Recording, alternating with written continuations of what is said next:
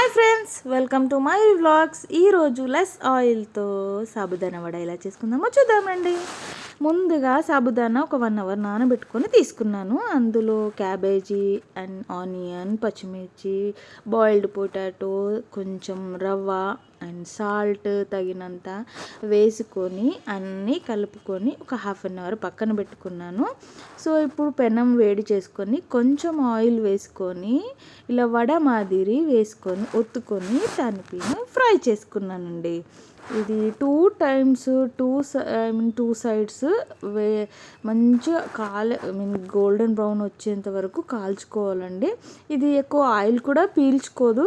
ఇది సాస్తో కానీ అండ్ చట్నీతో కానీ తిన్నా కానీ బాగుంటుందండి. నేనైతే సాస్తో తిన్నాను. బ్రేక్ఫాస్ట్కైనా నైట్ డిన్నర్కైనా బాగుంటుంది. మీరు కూడా ట్రై చేసి చెప్పండి ప్లీజ్.